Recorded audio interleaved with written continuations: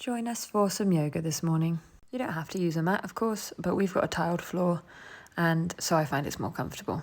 Never mind the fact the rug moves, and so I don't want to be falling all over the place. Come and find a comfortable seat. I've chosen kneeling. And just take a few moments to come and breathe deeply and deliberately, bringing you out of your morning sofa, into your body. It's really good for your kids to watch you breathe calmly. A really great skill to do. Oz usually does this with me, even though you can't see him on the camera. And when I get upset, his first response is, "Breathe, mummy, breathe." It's a little bit cute. All right, let's move. Let's take the arms up overhead, maybe a big inhale to help. Interlace the fingers, push the palms away, and then have a nice old stretch and a wriggle. I love leaning sideways here. Feels so good in my hips, in my waist, in my back, in my shoulders. You don't have to have your hands connected while you do that.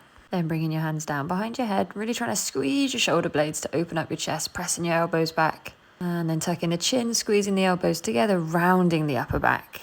And you can draw your head down as far as feels good, but be careful first thing in the morning, as your neck might be a little bit more sensitive. Remember, although we're not tight from lots of action like we are at the end of the day, we may be a little bit stiff from inaction, as we've just laid still for most of the night. If you're not doing this in the morning, you can ignore that. Opening and closing the chest, working into the thoracic and cervical spine, the neck and the upper back. You could drop your head as low as you like, onto your lap, onto the floor. You could also take the arms down. You don't have to do it with your hands behind your head. Okay, bringing one hand down, taking the other arm up, and leaning over sideways, and then reaching forwards. So you're going to basically roll that top shoulder on top and then bring it down more towards the floor.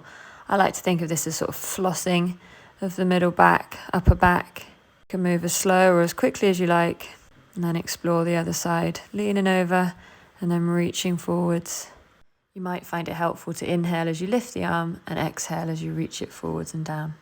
And you can really do this as many times as you like. I tend to work with numbers like 5 or 8, and then I tend to lose count after that. Okay, let's come to all fours. Just figure out where you need to put your hands on your knees and have a good old wriggle. Try not to lean down into your hands, really try and push the floor away. This will also change how your arms work, and you can explore more. Okay, let's come and work through cat-cow. So rounding the back, pulling chin to chest, tail tucking, and then arching the back, reaching through the head, through the hips, rounding and reaching. Once you've figured out whatever your range is, you can start to make it more dynamic, as I'm showing, from cat, pulling the hips back, and then swooping forwards into cow. But really, just make this feel good for you. Don't give yourself too much to think about. Just try and feel it. Using your next cat to take your hips all the way back to your heels. Maybe a little bounce or a little rock. Finding child's pose for just a moment before tucking those toes under, pushing the hips back and up and coming to find downward dog. Keep your knees soft. Really try and get a nice long line from your hands to your hips. Wag your tail, pedal your legs. Try and feel as much stretch and strength as you can here. Your heels do not need to touch the floor. And then let's bring one foot up towards the hands. You could either step forwards from downward dog or come onto your knees and bring your foot forwards. And then twist into that leg, maybe keeping your hand on your thigh or reaching the arm up. And bring that top hand down and start to explore getting a little lower, a little more forwards in your lunge. I'm just resting on the sofa here, as you can see. You can use cushions and props to support you. Then carefully making your way up into a high lunge, and whatever your back leg is, take that arm up and over. Again, I'm kind of leaning on the sofa slightly here, but you could put your outside hand on the floor or a chair or whatever. Just trying to get a big pull from your knee to your top hand.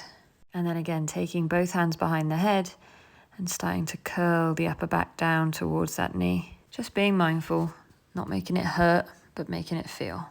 Okay. Coming up into a high lunge, taking the arms overhead, maybe having a little bounce, little wriggle, and then we'll twist it out into a wide forward fold. So both toes facing the same way, hips high, hands coming down towards the floor maybe. Just having a wriggle and a sway, side to side, bending the knees, straightening the legs. And then let's twist 90 degrees again, coming into a lunge on the other side. Don't mind me just sorting out tractor Ted. Okay, so twisting into that front leg, leaving your hand on the floor, maybe placing your other hand onto your thigh, or you could reach up towards the ceiling, just trying to rotate the torso and getting a nice pull through the hips. Okay, twisting those shoulders back to level, coming a bit longer and a bit lower. Again, I'm leaning on the sofa.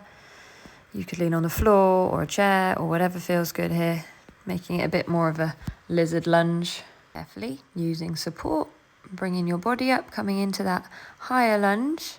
And whatever your back leg is, you're going to take that arm up towards the ceiling and then try and lean over a little bit or a lot of it. Trying to get a nice big pull through the waist, through the hips, through the side. And then exploring hands behind the head again.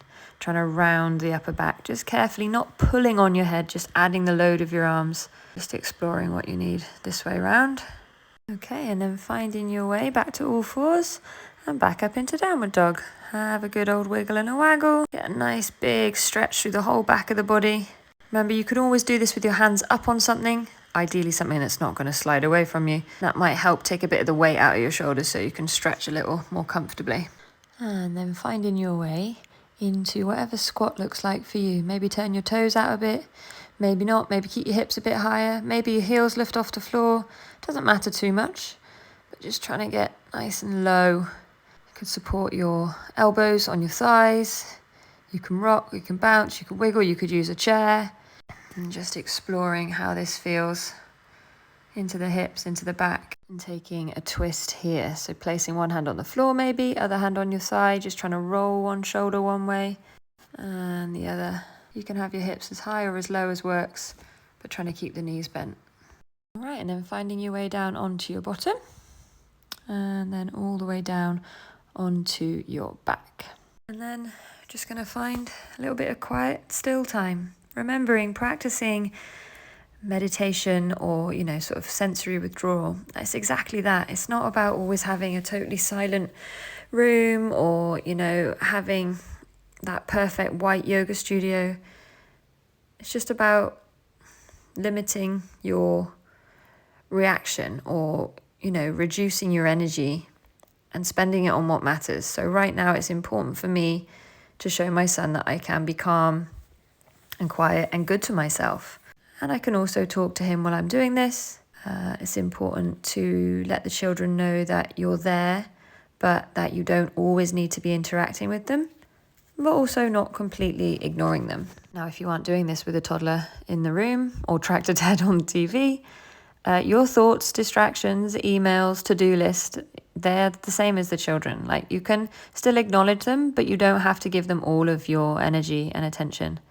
It's really important to take some time for yourself. So making sure that you are comfortable, set yourself up, maybe with some cushions, a blanket, put an eye pillow on if you like, some music. Or you can just sit with your eyes closed, at the kitchen table or wherever you like, and just allowing your attention to come to your body, scanning through, seeing if there's anywhere that you need to unclench, anywhere that needs a squeeze, and then relax, and just breathing deeply. Not so deep that it's uncomfortable or it feels really forced, but deep enough to hold your attention, on purpose breathing. And just give yourself this time to yourself, to be with your breath, knowing that you deserve this connectedness, this level of attention for you that you give so willingly to everything and everyone else, no doubt.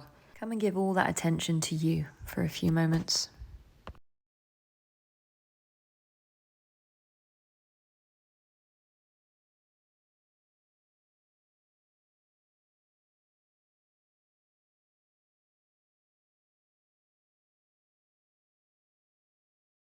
And gently bringing your attention back to your fingers, to your toes, finding a little bit of movement, maybe stretching the arms overhead, letting your knees fall side to side with a little twist. Just gently, gently gathering up all of your bits and pieces. And there you go. 10 minutes of mindful movement. Some is always better than none, and perfect doesn't exist, but I'd say this was pretty close. Have a great day. Thanks for watching. I hope you enjoyed. Remember to subscribe to support me and stay connected on socials.